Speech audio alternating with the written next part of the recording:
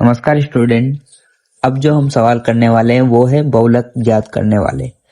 तो अब जब इन सवालों में जैसे हमको दिया होगा कि विद्यार्थियों के एक समूह द्वारा एक मोहल्ले में 20 परिवारों पर किए गए सर्वेक्षण के परिणाम स्वरूप विभिन्न परिवारों के सदस्यों की संख्या से संबंधित निम्नलिखित आंकड़े प्राप्त कीजिए।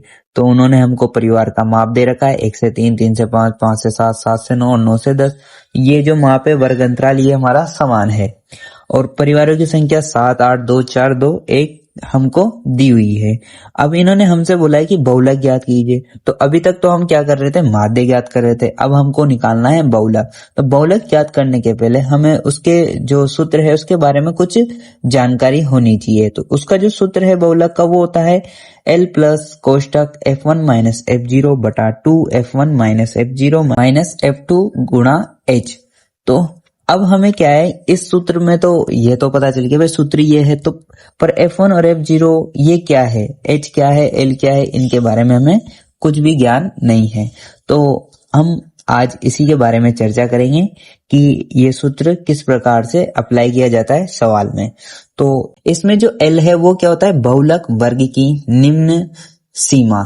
बहुलक वर्ग की क्या होती है, निम्न सीमा। अब ये बहुलक वर्ग क्या है, तो बहुलक वर्ग वह होता है, हम यहाँ परिभाषा पढ़ पाते हैं तो क्या होता है, बहुलक वर्ग वो होता है जो कोई सवाल है उसमें जो सबसे अधिक बारंबारता होती है उसे हम क्या बोलते हैं, बहुलक वर्ग बोलते हैं। सबसे अधिक बारंबारता से हमारा क्या तात्पर्य हो सकता है, ये जो सवाल है इसमें जो ये दे रखा है हमें परिवारों की संख्या, ये हमारी बारंबारता है, F है, ये क्या है हमारा, ये हमारा F है।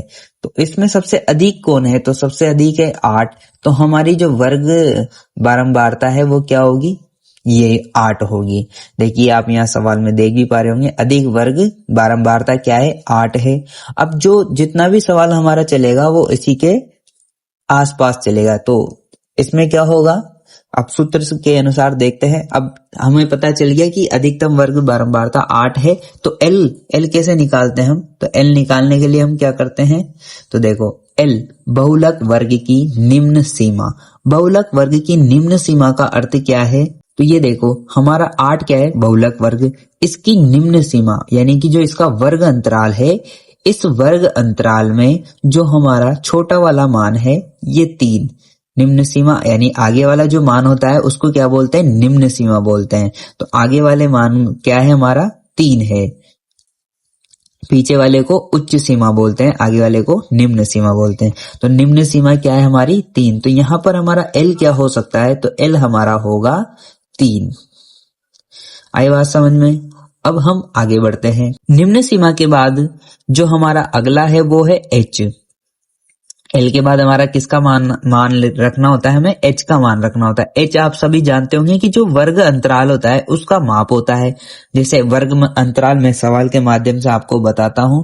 तो जैसे देखो ये वर्ग अंतराल है, ये हमारे क्या है, वर्ग अंतराल है। तो इनका अंतराल, इनका जो अंतर है वो क्या है, 1 और 3 का अंतर है हमारा 2, 3 और 5 का अंतर है 2। सभी का अंतराल सेम होता है और ये सभी का अंतराल क्या है, 2। तो जो H है उसका मान हमारा क्या आ जाएगा, मान लो 2।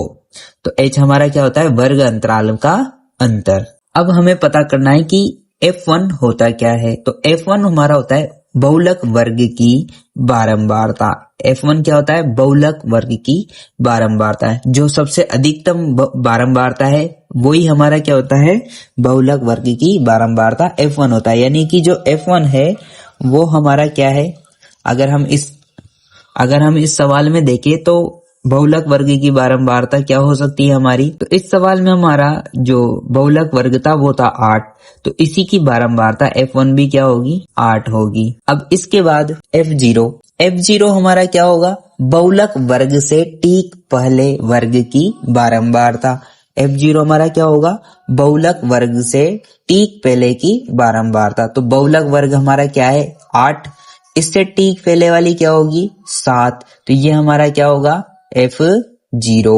अब हमें पता करना है कि F2 क्या होता है। तो F2 क्या होगा, बहुलक वर्ग के ठीक बाद में आने वाले वर्ग की बारंबारता। तो बहुलक वर्ग के बाद में, तो बहुलक वर्ग हमारा 8 है, इसके बाद में ये F2।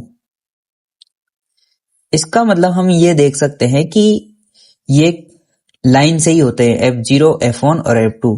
पर सबसे पहले हमें किसका पता करना होता है, F1 का पता करना होता है। तो F1 अगर हमें पता हो गया तो हम बिना देखे भी इनको लिख सकते हैं।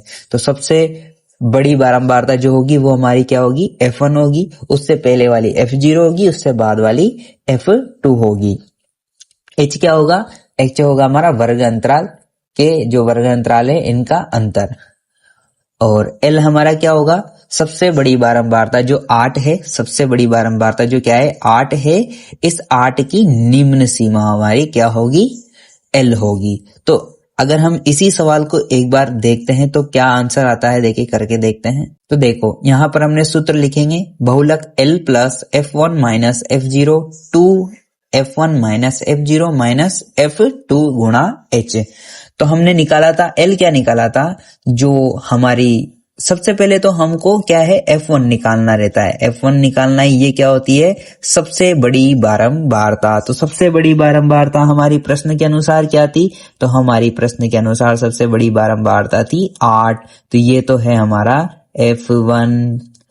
अब हमने आपको बताया कि इन्हीं के आगे पीछे क्या होता है, ये कंटिन्यू लाइन से होता है। तो जो हमारी F0 होगी वो क्या होगी, सबसे बड़ी बारंबारता से ठीक पहले वाला नंबर यानी कि 7, और F2 क्या होगी, सबसे बड़ी बारंबारता के ठीक बाद वाली यानी कि 2। तो हमारे पास F1, F0 और F2 तो आ गए। और H हमारा क्या है, H हमारा है 2। और L क्या है, सबसे बड़ी बारंबारता 8, इससे निम्न सीमा, इसकी निम्न सीमा कितनी है 3, यानी कि हमारी ये क्या आ गई, L3। अब हम इसको सूत्र में जमाते हैं।